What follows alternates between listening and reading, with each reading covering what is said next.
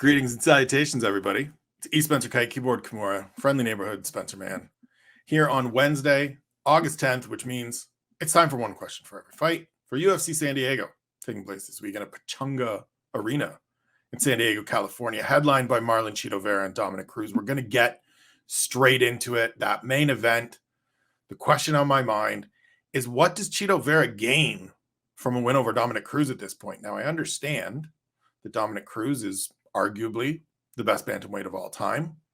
The career he's had, the legacy he will leave behind whenever he decides to move on from this sport is tremendous. It's outstanding. You can't question Dom's resume. Had those big, long layoffs, came back, won the title back from TJ Dillashaw. Just a tremendous career. But at this point, at 37, and he's coming off a couple wins, fine, great, sure. But Chito Vera is coming off a dominant performance against Rob Font. He is ranked ahead of Dominick Cruz at this point. So outside of just another victory, what does this do for Marlon Vera? I'm going to answer my own question a little bit here for the first time probably on this show. What I think it does, the reason I think he takes this fight is, one, Chito has looked at the landscape of this division and seen that everybody else is kind of matched up. Everybody else has a dance partner.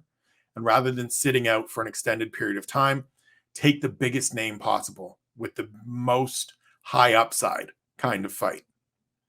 I think that's the logic. I think that's the thinking. And that's not a knock on Dominick Cruz to say he's washed and can't win this fight. We've seen Dom do great things. He looked fantastic against Pedro Munoz last time out.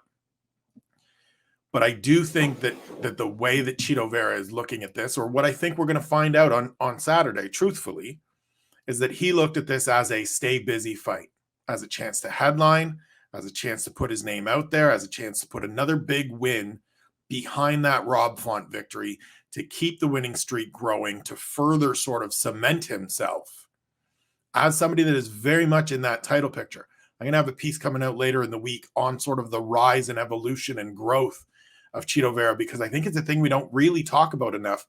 He's a guy that started with very little kind of experience in terms of, you know, the cleanliness of his skills and the depth of his skills and talents and techniques, and has crafted himself into a legitimate contender, in my opinion, the deepest, most competitive division in the UFC.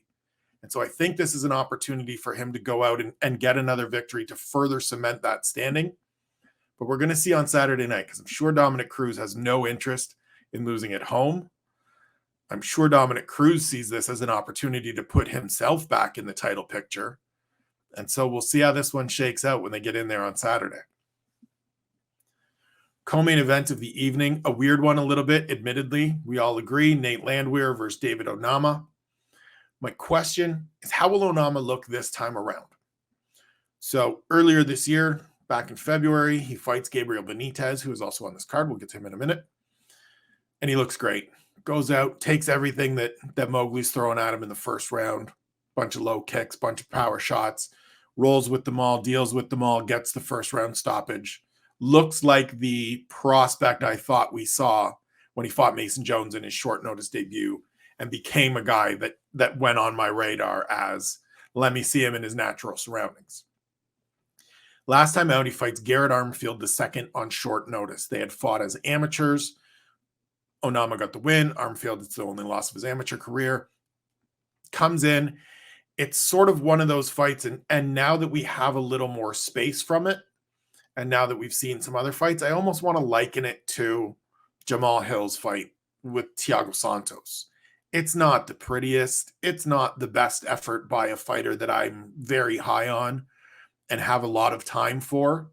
But at the end of the day, he gets the job done. He gets the finish in the second round. He keeps things moving forward. He surely goes back to the gym and goes, okay, I have a lot to work on.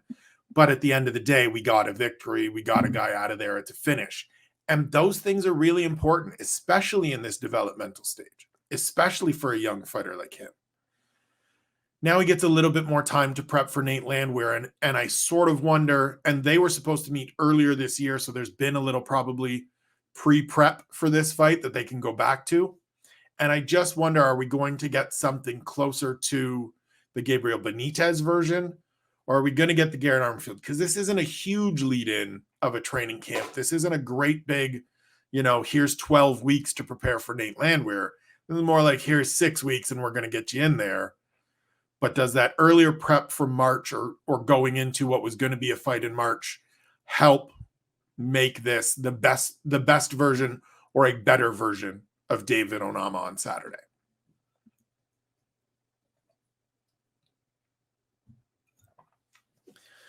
Third fight on the main card. I'm sure this one has a lot of people scratching their heads as to why it's here. But the question that I'm going to ask is actually, I think, sort of part of it. Yasmin Jauregui, I surely screwed up that name, against Yasmin Lucindo. My question is, what kind of prospects are we dealing with here?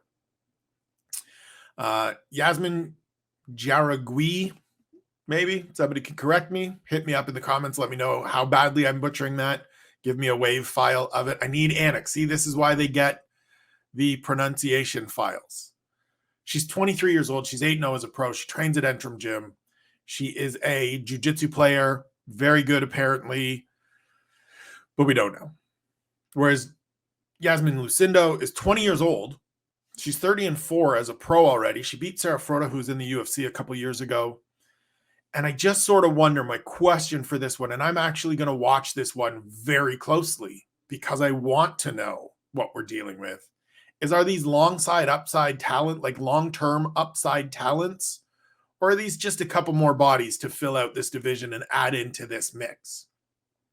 The sense I get from looking at their records, from checking out what film I can, and from getting, kind of a little picture of them, is that there is some upside here. Now, it's untapped upside. It's still raw, still in the developmental stages of things, still have a long way to go to sort of reach full potential. But they don't look like they're just bodies to throw out there that have no skill, no talent, no capability of going forward. And so I fully understand people that will say, well, why is this on the main card and not, say, the opener? Sure, I agree with you. It's a weird fight to have in the middle of the main card. But I'm interested. And I hope everybody checks it out. Because I have a feeling that both of these women will be around for a little bit, have some success, become people that we hear from down the road. Next up, light heavyweight matchup, Devin Clark and Azamat Murzakanov. My question is, how has Murzakanov adjusted since his last fight? So he made his UFC debut earlier this year against Tayfon Chukwi. Came out like a house on fire in the first round. Couldn't get Chukwi out of there. In the second round, Chukwi rebounds, starts building momentum. We go into the third round, and at the start of the third round, it feels like Murzakanov is absolutely exhausted. We're just going to see more of the second round. And to call it a flying knee is sort of, disrespectful to full-blown flying knees. Like, it's disrespectful to Jorge Masvidal's flying knee. It was sort of more of a jumping, kind of gliding above the air knee that Murzakanov lands and finished Tayfon Chukwi with. And the reason I asked my question of what has he learned since that fight, how has he adjusted since that fight, is because we saw in the first round that the energy was gone. So has he gone back to camp? Has he come away from that fight and said, okay, what do I need to do differently against these fighters in the UFC, these big light heavyweights, in order to manage my conditioning, in order to manage my energy better, that when we get to the second round and I don't get these guys out of here right away, because that's often not going to happen, what can I turn back to? Do I have a second gear? Do I have reserves that I can pull from in order to have success in the second round and in the third round and not need a flying knee or a jumping knee to get a guy out of there? Devin Clark is an experienced dude. He's been inconsistent, fine, but he's not going to go away easy. We've seen him in fights where he's had his whole face busted, his whole jaw, his whole mouth, all of this right here busted up and punched in, and he's still like, cool, let me go fight. So this is going to be a tough assignment, and Murzakanov needs to show some development and progress from the last fight in order to continue this unbeaten run that he's on. He's undefeated for his career. He's a little older. There's not a huge window for him to have success. And so each fight needs to be a take it and learn from it situation. And I want to see what he learned from beating Tayfon Chukwi. Flyweights up next. Women's flyweight, Cynthia Calvillo and Nina Nunes. Originally scheduled earlier in the year. Question remains the same. Which of these two has most left to offer? Calvillo had some moments where she looked like she was maybe going to be a contender at strawweight. That didn't pan out. She moved up to flyweight. That hasn't really panned out. So here she is at a bit of a crossroads. Nina Nunes, same thing. Had a nice run to get into the top 5 at strawweight, then ran into Tatiana Suarez, then took time off to have the baby, obviously, have Reagan with Amanda, and then came back and lost to Mackenzie Dern. Armbarred very quickly. These things happen when you face Mackenzie Dern. And now she's moving up. And it's just sort of, like which of these two veterans, which of these two is going to come out on Saturday and show us that there's more here? And I don't mean like more here in the sense that whoever loses has to go away forever. Just more in the sense of, can they be competitive veteran fighters in the middle of, in my opinion, the best women's division in the sport right now, in the UFC right now, I should say, because all due respect to all the Japanese women and the Rising Grand Prix that went on very recently that was terrific. But can they be sort of part of that Jennifer Maia, not quite Caitlin Chukagian, but Jennifer Maia and that group of individuals, the Lauren Murphys of the world even as well, that present a challenge for the emerging set in this division, right? I talk all the time about the young fighters at flyweight that are coming forward. Erin Blanchfield, Casey O'Neill, Miranda Maverick, Macy Barber. Throw Juju Miller in there, but way at the back of that line. Can one of these women become part of that group that becomes a good test for them? Or are they just going to be familiar names that stick around a little bit, but don't really have a ton to offer? Main card opener, middleweight division, Bruno Silva versus Gerald Meerschaert. Question is, who remains in that second 15 kind of veteran finisher role, right? Bruno Silva comes in, starts his UFC career with 3 straight finishes, then gets handed to Alex Pereira. Can't get Pereira out of there, suffers a decision loss, but did okay for what it was. Like, I mean, he didn't get knocked out like Sean Strickland. He actually fought a wiser game plan of trying to grapple a little bit and trying to close the distance and not just march forward accepting of bombs. Gerald Meerschaert was on a nice run, had 3 straight finishes, and then ran into Chris Jotko, suffers a unanimous decision loss similar to Bruno Silva. And so now they're both kind of resetting, right? Now it's, okay, who has to take a step back and who just hangs out here outside of the top 15, probably in the 20 to 25 range, 25 to 30 range, as the guy you can't really fuck around with, but you can beat if you're meant to be in that top 20 and going forward. Meerschaert's a guy that if you screw up and you give him an opportunity, you let him hang around, you leave your neck out there, he's going to snatch it. Bruno Silva, for having a black belt, is more of a, I'm going to punch you in the face and knock you out. Those guys always have utility. They always have value to me. I talk about this all the time. Ecosystem fighters that we need in these divisions. So which one of them gets a victory on Saturday and gets to remain in their current role? And which one of them goes into the next fight, quite frankly, in a not quite must win, but a man, it'd be really great if you won this fight so you could stick around kind of situation.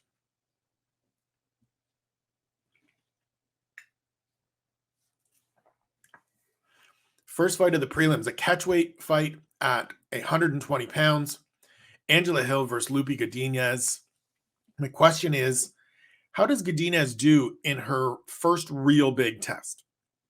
So in her debut, she fought Jessica Panay, who is a big name, who was a former title challenger, but was coming back off 4 years on the sidelines for various injuries and USADA situations and things like that.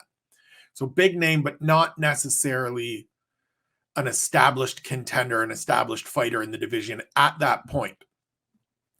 She's done well overall, had a good rookie year, went 2-2, but one of those fights is the split decision loss to Penne. The other is up in weight on a week's notice against Luana Carolina, where she still held her own a little bit. She comes in this one on a 2-fight winning streak. She absolutely trucked Ariane Carnelossi earlier this year to really make people kind of sit up and take more notice than they had taken, I think, through that rookie campaign. And now she gets Angie Hill, who is absolutely established in this division, but also enters on a bit of a weird stretch, right? She's 1-4 or 1-5 in her last 6 fights. There have been a couple split decisions in there that you can argue and things like that. But at the end of the day, the results are what they are. And Angie's kind of hanging on. This is a hometown fight for her. She's older than I think most people recognize or remember at 37, but she's very much a stalwart in this division and the kind of person that if you're not ready to be in the top 15, if you're not ready to progress up the ranks, Angie Hill will beat you and send you backwards. And so we're going to see if Godinez can go in, be that dominant powerhouse grappler that we've seen thus far in the best moments of her UFC career, and get a victory over a ranked fighter for the first time and take that step forward. I think she can. I'm probably slightly biased because she trains about 45 minutes away from here at Titan MMA, and her sisters wrestled locally here to me at UFV here in Abbotsford. But this is a really interesting fight. This is one that when it was announced, when it was added to this card, I got real excited. This is probably the fight I'm most interested in seeing this weekend, because I think Godinez is somebody that can go forward and have some success in this division as she continues gaining experience. But we're gonna find out if that's the case on Saturday when she fights Angie Hill. Heavyweight battle between Dana White Contender Series alums Martin Buday and Lukasz Brzeski. My question is, how does Buday look with a fight under his belt? So he came out earlier this year, gets a win over Chris Barnett. It's on that card where there were 2 technical decisions, right? He's basically beating the hell out of Chris Barnett for 2 rounds. Barnett goes back to the corner, says, I got a broken rib. His corner says, yeah, you got to get back out there. Dom Cruz gets on comms and is like, no, it's his corner's job to send him back out there and get him ready to fight. I scream at my television. Martin Buday drops him with a knee to said midsection with broken rib. Fight continues. Barnett gets back to his feet. Buday's trying to get him out of there, and he lands literally one elbow that is questionable. Barnett falls. We go to a technical decision. Everybody gets riled up and fired up, and we start the stupidness of, well, people are going to just look for a way out when they're up 2-0. Fine. Done. Hasn't happened since. Y'all were stupid for suggesting that. But that experience helps, right? Or maybe I would think it does. And so I talked to Martin Buday in advance of this fight through a translator, through emails. Shout out to Danny Rubin and Andre Meyerson for their help. And I just want to see if this guy that I think is somebody that can have some success, and he's my fighter to watch this week because I do think he can have some success going forward. I want to see how having that one fight under his belt sort of brings out something better of him, or if it brings out something more from him this weekend against Lukasz Brzeski, who doesn't have that fight under his belt. They both won on Contender Series last fall. Brzeski tested positive, similar to the Josh Quinlan situation. Pops hot, overturned, catches a suspension. Now he's coming back. I do think experience is a big thing. Sean and Harry talked about it on a recent episode of Speaker's Corner that you should go and find.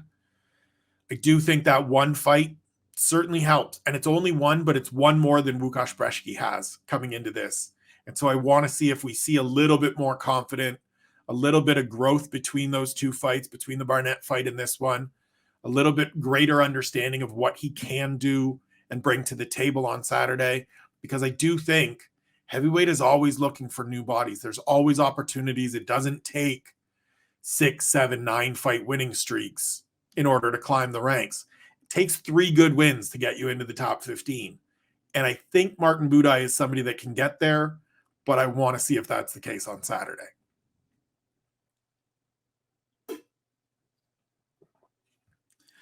Lightweight fight.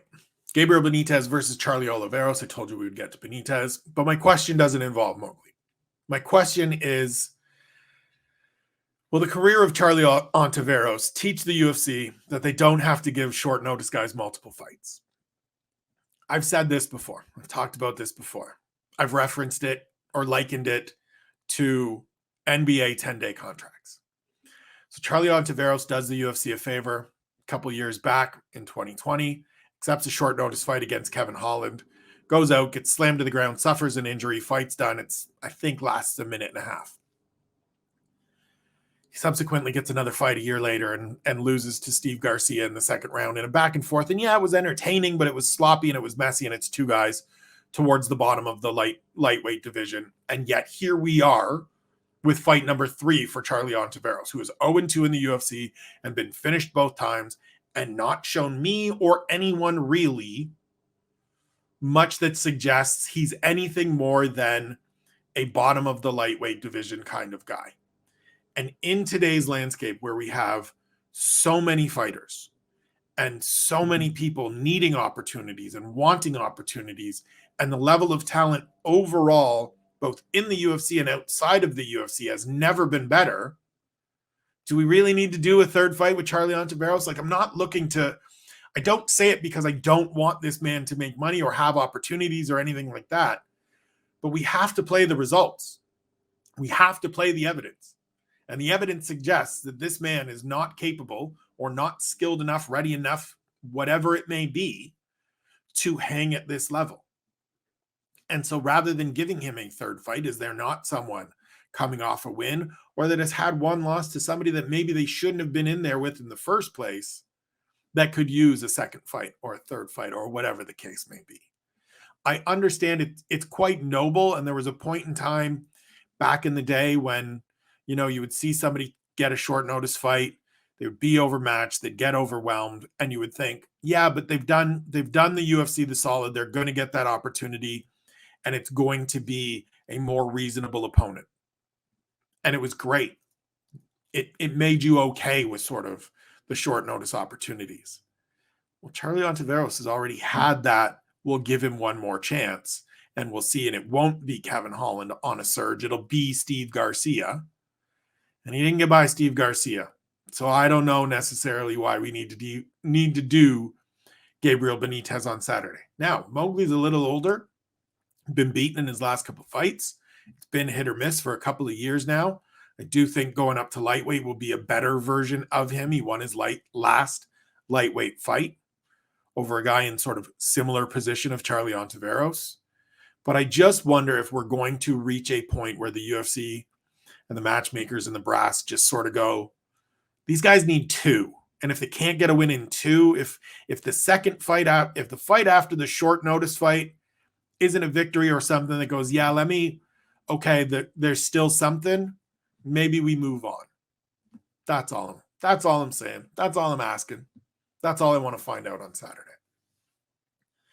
Flyweight fight, Ode Osbourne versus Tyson Nam. My question is, can Osbourne emerge as an entertaining fixture in the second 15 at flyweight?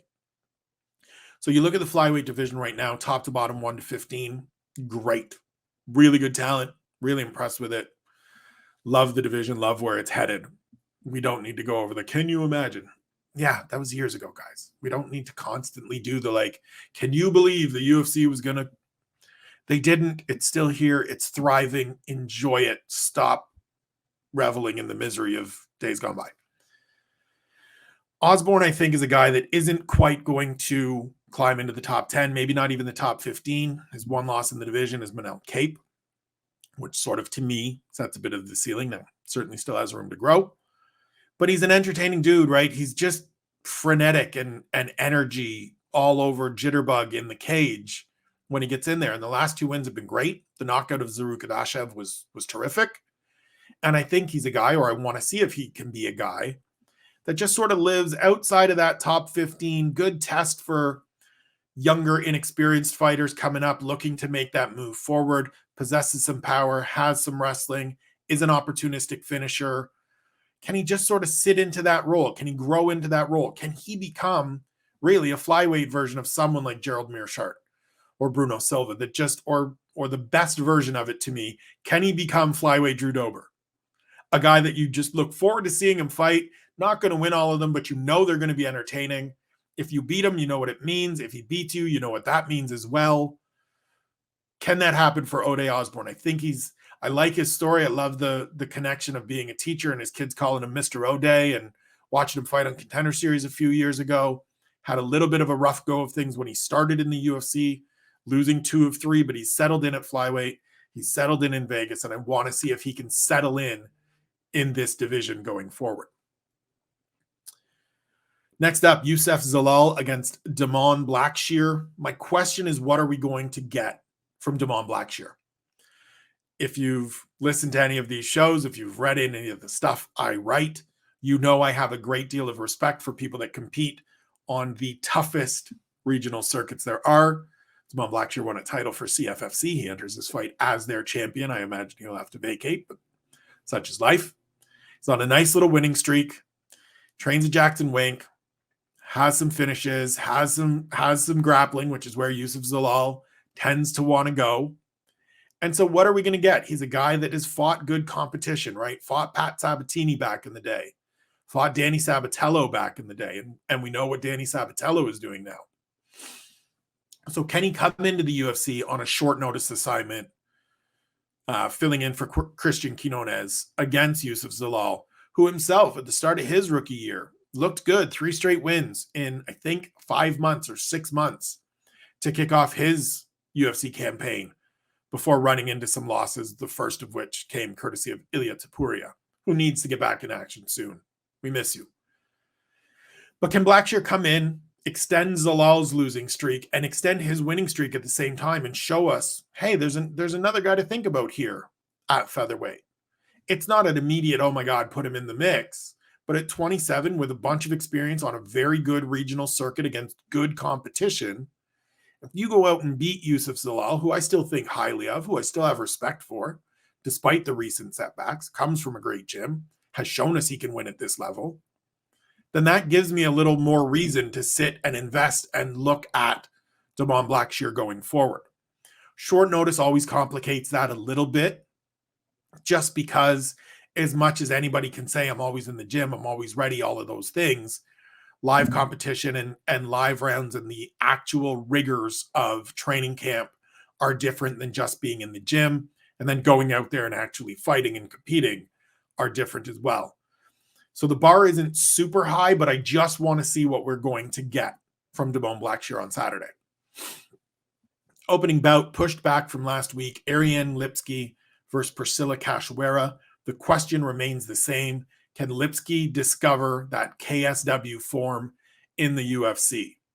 As I said last week, I think we probably overrated some of the effort in KSW. They were good wins over fighters that were either previously in or eventually got to the UFC. Sheila Gaff, Diana Belbitsa, Silvana Gomez Juarez, can't remember. My apologies either way.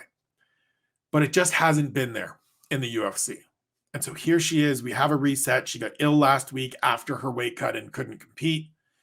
She gets Priscilla Cachoeira, who is durable and tough, but should be someone that if she is going to have that form or discover that form a little bit, that she should get out of here on Saturday. She should beat on Saturday. And again, kind of similar to the, if not, then you got to go away. It's not that, but this is going to tell us where you settle in and whether we build a permanent roof on your ceiling, as opposed to we kind of continue to think about where the ceiling may be. Fights like this happen all the time. They're important, even if people don't think they're important from a divisional standpoint. They're important for each of these careers. So I want to see if Ariane Lipski, who is still on the right side of 30, who is still, I don't think that promise of KSW goes away. I just wonder where it's went, if that makes sense.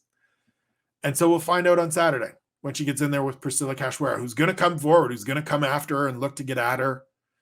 Might thumb her in the eye like she did Jillian Robertson. Who knows? We're going to find out. It's a good card. As I said on Monday's podcast, if you go into this expecting 11 or 12 finishes, you're crazy. Last Saturday was an anomaly. It was a wonderful, magical night that we all enjoyed, that we all appreciate.